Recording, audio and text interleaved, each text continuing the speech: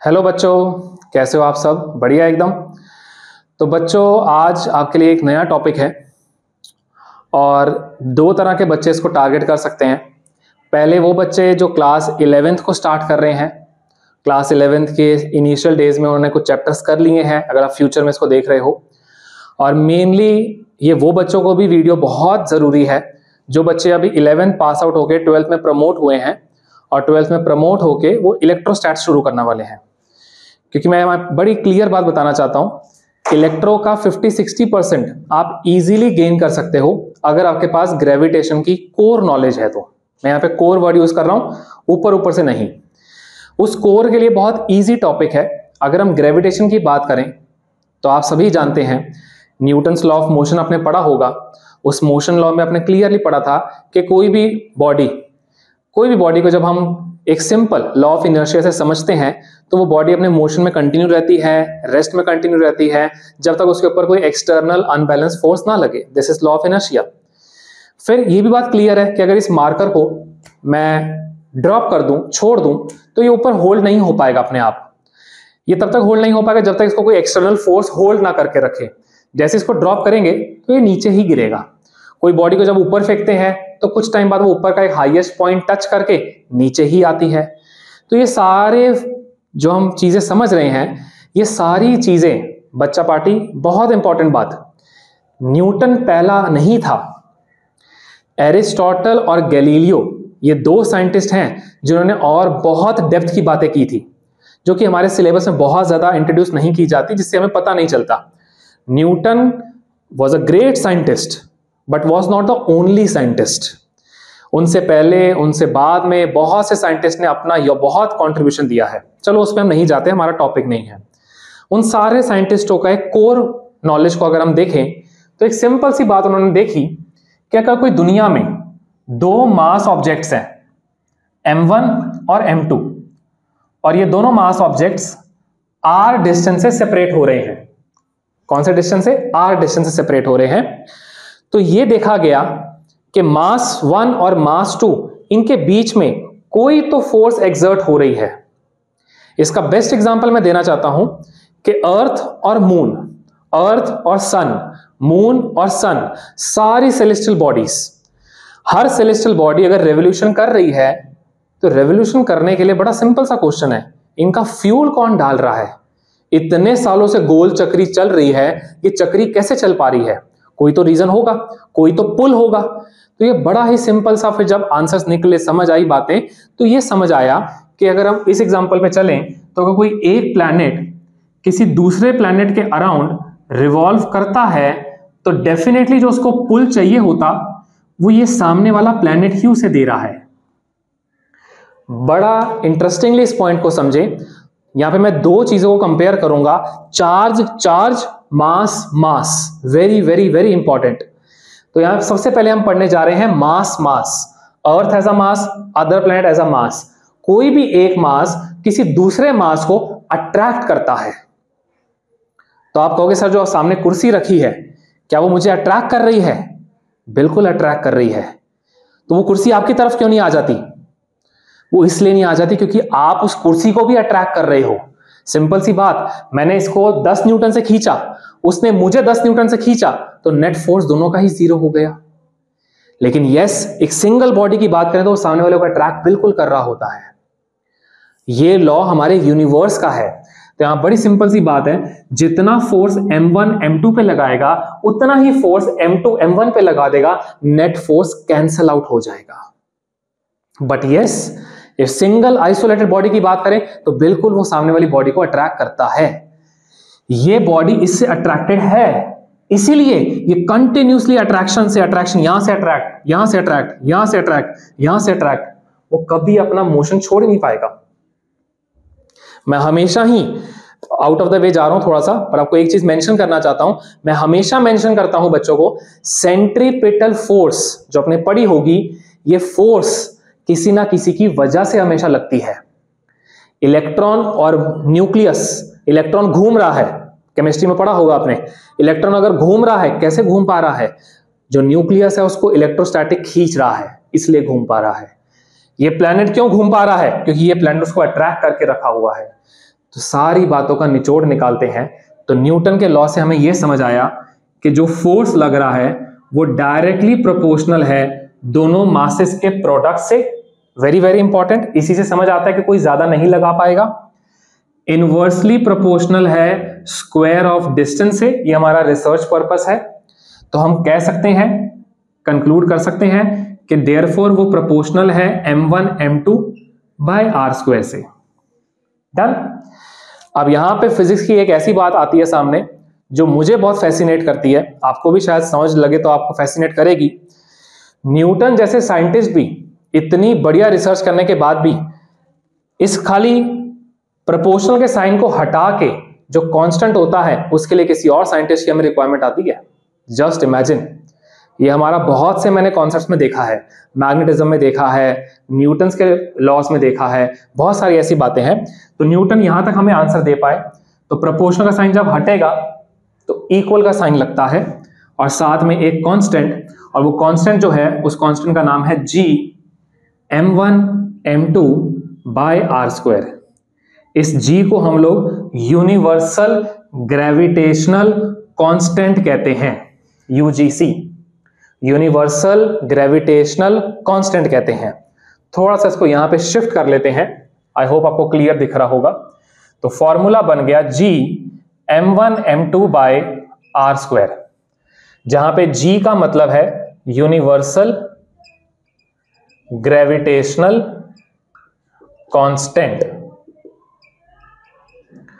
और इसकी वैल्यू भी हमारे पास बिल्कुल कांस्टेंट रहेगी 6.67 10 की power -11।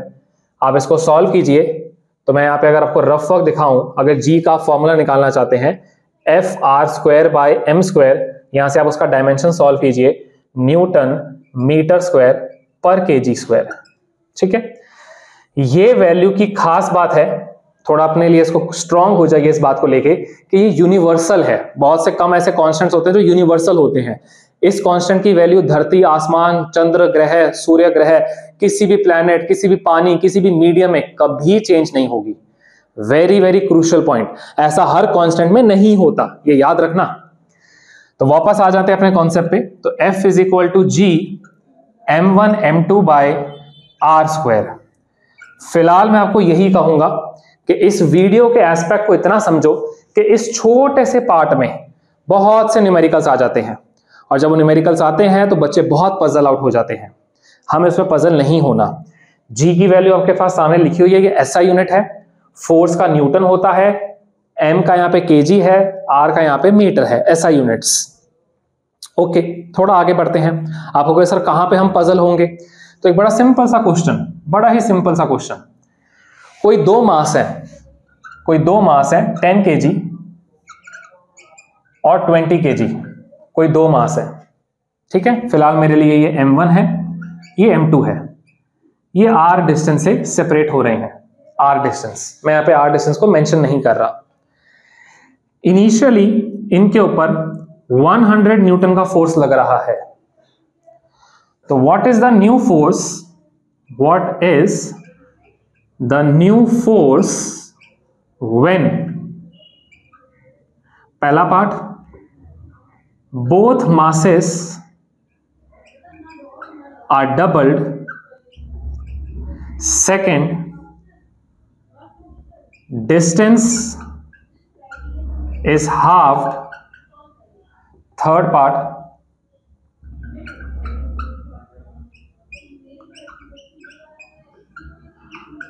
masses are shifted to a planet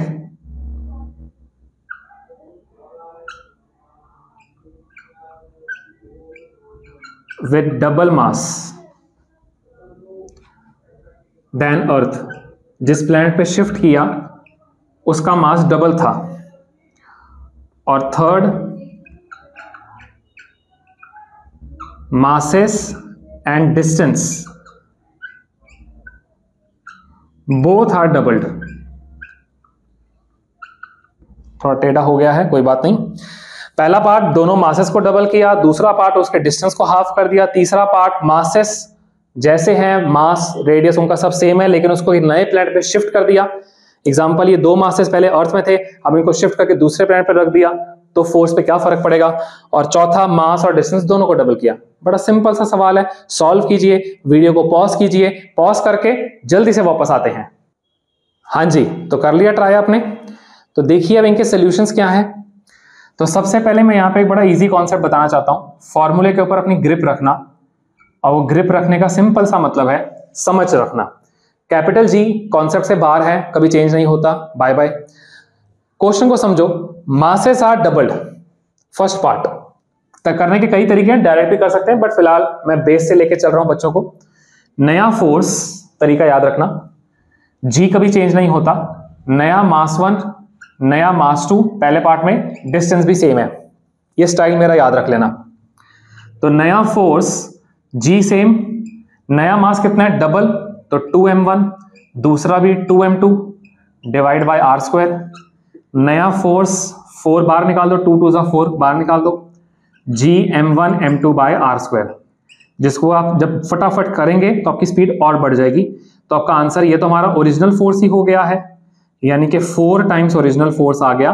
अगर पहले का 100 था तो इस बार 400 न्यूटन आ गया। ये हमारे पहले का आंसर है, ठीक है। दूसरे पार्ट को अगर आप देखें, डिस्टेंस इज हाफ्ड। इसको मैं नए तरीके से करता हूं, आप ऐसे भी कर सकते हो। बहुत बड़ी गलती बच्चे यहां करते हैं। डिस्टेंस इज हाफ्ड यानी कि r की जगह r/2 हो गया, तो बच्चे बहुत ज्यादा यहां पे बहुत जल्दबाजी r²/2 लिख देते हैं फटाफट। ऐसा नहीं, दूसरा तरीका मैं आपको सिखा रहा हूं। फोर्स प्रोपोर्शनल टू 1/r² होता है, तो फिर वही नया फोर्स डिवाइड बाय पुराना फोर्स, इनवर्सली है। तो r² बताइए, ऊपर कौन सा आएगा, नीचे कौन सा आएगा? ऊपर डैश वाला आएगा या नीचे डैश वाला आएगा, बताइए। इनवर्सली है तो ऊपर नॉर्मल आएगा और नीचे r डैश वाला आएगा। वैल्यूज डालिए, r² अपनी जगह पे, r डैश की जगह ध्यान से r/2 का स्क्वायर, ओपन कीजिए, r² अपनी जगह पे, r²/4 अपनी जगह पे, r² कट गया, 4 आंसर आ गया। यानी कि नया फोर्स ये भी 4 गुना हो गया पुराने फोर्स के मुकाबले, इसका भी आंसर 400 न्यूटन हो गया। कोई गलती, कोई कॉन्सेप्ट मिसिंग, जरूर कमेंट करें और पूछें कहां पे दिक्कत है। तो पहले का आंसर भी 400, दूसरे का आंसर भी 400। I hope it's clear. पहले में हमने मास डबल किया, दूसरे में डिस्टेंस आधा किया। अपने आप को थोड़ा ट्रिक किया करो एग्जाम में। मास डायरेक्टली है तो अगर मास बढ़ा तो फोर्स भी बढ़ेगा, डिस्टेंस उल्टा है, डिस्टेंस कम हुआ तो फोर्स बढ़ेगा। तो क्या आंसर चेक करने का तरीका। तीसरा और चौथा पार्ट ध्यान दें। तीसरा पार्ट, मासेस आर शिफ्टेड, मैंने पहले क्लियर कर दिया। फोर्स को फर्क तभी पड़ेगा जब मास की वैल्यू चेंज होगी या फिर उनका डिस्टेंस चेंज होगा। ना यहां पे मास चेंज हो रहा है, प्लैनेट चेंज कर रहे हो, यानी कि जगह चेंज हो रही है, हमें उससे मतलब नहीं है। 3 बंदे फोर्स को चेंज कर सकते हैं, m1 m2 या r। एनवायरमेंट चेंज होने से फर्क नहीं पड़ता। तो थर्ड वाले का आंसर सेम फोर्स। तो अगर इसका 100 न्यूटन पहले था, अभी भी 100 न्यूटन ही आएगा। Clear, done. फोर्थ पार्ट पे आ जाइए। मासेस और डिस्टेंस दोनों ही डबल कर दिए। अगर आपने दोनों ही डबल कर दिए, ठीक है जी, तो मैं यहां पे थोड़ा सा हटा देता हूं, ध्यान दें। फोर्थ पार्ट के लिए नया, वही पहले तरीके से कर लेते हैं। नया मास, ये भी नया मास और नया डिस्टेंस। स्टार्ट। नया फोर्स, पहला वाला भी डबल, दूसरा वाला भी डबल। यहां पे जानबूझ के मैं डायरेक्टली कर रहा हूं, डिस्टेंस को डबल कर दिया बच्चों, तो r डैश की जगह 2r और उसका स्क्वायर करेंगे, ये ध्यान रखना स्टेप। तो यहां पे क्या हो जाएगा, 4r का स्क्वायर, 2 1 2 इंटू 2, सीधा 4 से कट हो गया।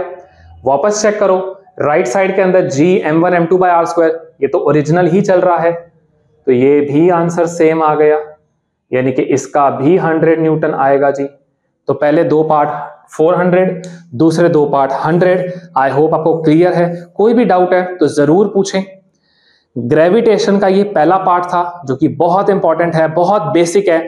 अगले पार्ट में वेक्टर्स कैसे लगाया जाएगा इसके ऊपर, क्योंकि इस पार्ट में मैं उसको शूट नहीं कर रहा, मैं चाहता हूं पहले इसको आप एकदम क्लियर कर लो। ऐसे बहुत से और क्वेश्चंस हैं जो आप बुक से प्रैक्टिस करेंगे, बिल्कुल आपकी दिक्कत नहीं आएगी। क्लियर है, बढ़िया है, जरूर कमेंट करें, और कोई डाउट है तो भी कमेंट करें। नेक्स्ट पार्ट में आई विल इंट्रोड्यूस किस तरह से वेक्टर्स को इस कॉन्सेप्ट में डालना है, जो कि बहुत बहुत इंपॉर्टेंट है related to class 12th। Again, अगर आप बेसिक क्लास 11 कर रहे हैं तो भी ये वीडियो आपके लिए हेल्पफुल है, अगर आप 12th स्टार्ट कर रहे हैं तो भी आपके लिए जरूरी है। तो यहाँ पे किसी को भी कोई सजेशन, कोई डाउट हो, आप डायरेक्टली कनेक्ट हो सकते हैं, और अगर कुछ भी पूछना हो आप मैसेज ड्रॉप कर दीजिए, आपको जल्दी से जल्दी रिप्लाई किया जाएगा। ठीक है बच्चों, नेक्स्ट पार्ट में मिलते हैं। Stay tuned, follow us for more such content. All the very best.